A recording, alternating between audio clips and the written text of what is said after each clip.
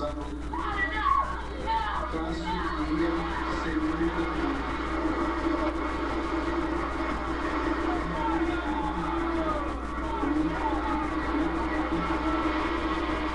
186 mortos dentro do avião, um número incerto de vítimas do lado de fora. O Brasil acorda de luto pelos mortos da maior tragédia da aviação brasileira. Em 18 horas de trabalho, os bombeiros já resgataram mais de 120 corpos. As testemunhas do pesadelo. Eu tô vivo hoje porque Deus é bom, porque eu estava do lado, entendeu? Não tem como deixar de se acalmar. Os vizinhos do aeroporto mais movimentado do país amanheceram apreensivos. O dia seguinte de quem mora ao lado do aeroporto de Congonhas. Como é acordar, abrir a janela e dar de cara com essa imagem. O presidente Lula manda a Polícia Federal investigar a obra na pista principal de Congonhas. A repercussão no mundo. O Papa Bento XVI reza pelas vítimas. Jornalistas internacionais questionam a segurança de Congonhas e a construção de aeroportos dentro de grandes cidades. E você vai ver também.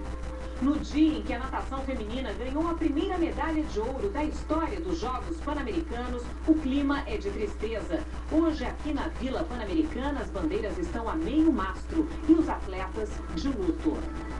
Agora, no Jornal Hoje.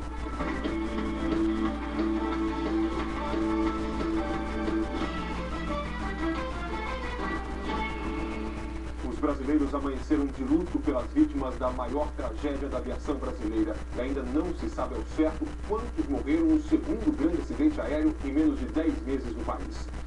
Hoje, uma nova lista da TAM aumentou o número de mortos. Dentro do avião haviam 186 pessoas e não há sobreviventes. Funcionários do prédio atingido afirmam que, na hora da explosão, dezenas de pessoas trabalhavam no local. A repórter Mona Lisa Perrone acompanha os trabalhos de resgate que já duram 18 horas. Mona Lisa, qual que é a situação aí nesse momento? Evaristo, tirada a parte da fuselagem do avião, o que sobrou dele, neste momento, a prioridade é para o isolamento total da área. Nós estamos vendo grande parte da área já está coberta por tapumes. É que os peritos, os técnicos estão trabalhando ali dentro, já tentando fazer a identificação das vítimas através de impressões digitais, quando isso é possível. Segundo informações do comando do Corpo de Bombeiros, já foram retirados até agora 138 corpos. Um trabalho difícil que começou ontem à noite, logo depois do acidente, e não parou por nenhum minuto sequer. Essas imagens de um cinegrafista amador mostram os bombeiros chegando minutos depois do acidente. O vento alimenta o fogo. O resgate dos funcionários que trabalhavam na TAM Express na hora do acidente é feito pela parte de trás do edifício e logo depois as paredes desabam. Apesar da chuva, os bombeiros lutam para controlar o incêndio. Os primeiros corpos só foram retirados no começo da madrugada, depois que a aeronave foi resfriada. Calcula-se que a temperatura dentro do avião tenha chegado a 1000 graus.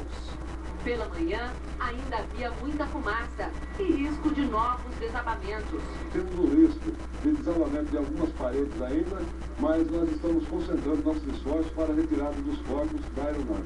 Um guindaste sustenta a estrutura do prédio que sobrou.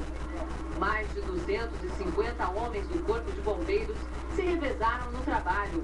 Em alguns momentos, foi preciso cavar com as próprias mãos à procura das vítimas. Nos hospitais da região, 8 pessoas continuam internadas, 3 em estado grave. Em Porto Alegre, as famílias das vítimas viveram horas de desespero e angústia. Primeiro, a irritação pela falta de informações. Depois, a dor ao confirmar o pior, a morte de parentes e amigos. Essa manhã, muitas pessoas embarcaram para São Paulo. Foram acompanhar de perto as investigações.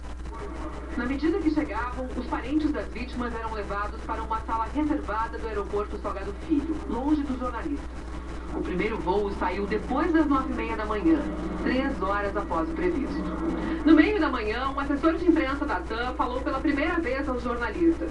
Ele disse que a companhia vai disponibilizar lugar em todos os voos para que os familiares das vítimas possam ir a São Paulo. E pediu que os parentes levem objetos e documentos para auxiliar a identificação. Uma casa dentária, uma prótese, alguma coisa que possa ajudar na identificação. Reconhecer as vítimas é mais um sofrimento em meio à tragédia. O desespero começou ontem à noite, após a confirmação do acidente. Todos queriam saber notícias.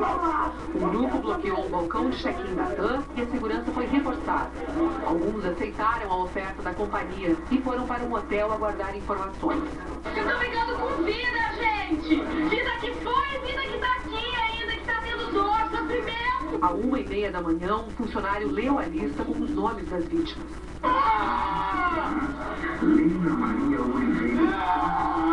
Entre os mortos, o deputado federal pelo PSDB gaúcho, Júlio Redecker. Na Câmara Federal, em Brasília, os assessores do deputado, abalados, não quiseram falar. Morreram também o ex-presidente do Internacional, o advogado Paulo Rogério Amoretti Souza.